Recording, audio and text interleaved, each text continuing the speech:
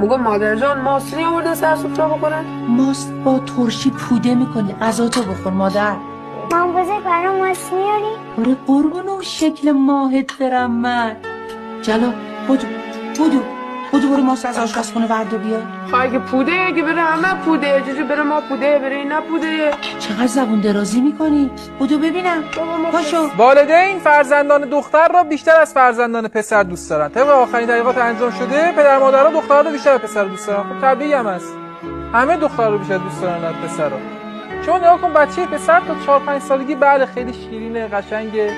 تا اونجا که داره حرف میزنه. بعد دیگه کم کم تغییرات شروع میکنه به پیدا شدن و دیگه جالب نیست. سیبیلای شیبیدی شروع میکنه در اومدن و بعد صدای شروع میکنه کلوف شدن و بعد کم کم بلوغ قیافه عوض میشه با مایتابه بزن تو صورتش.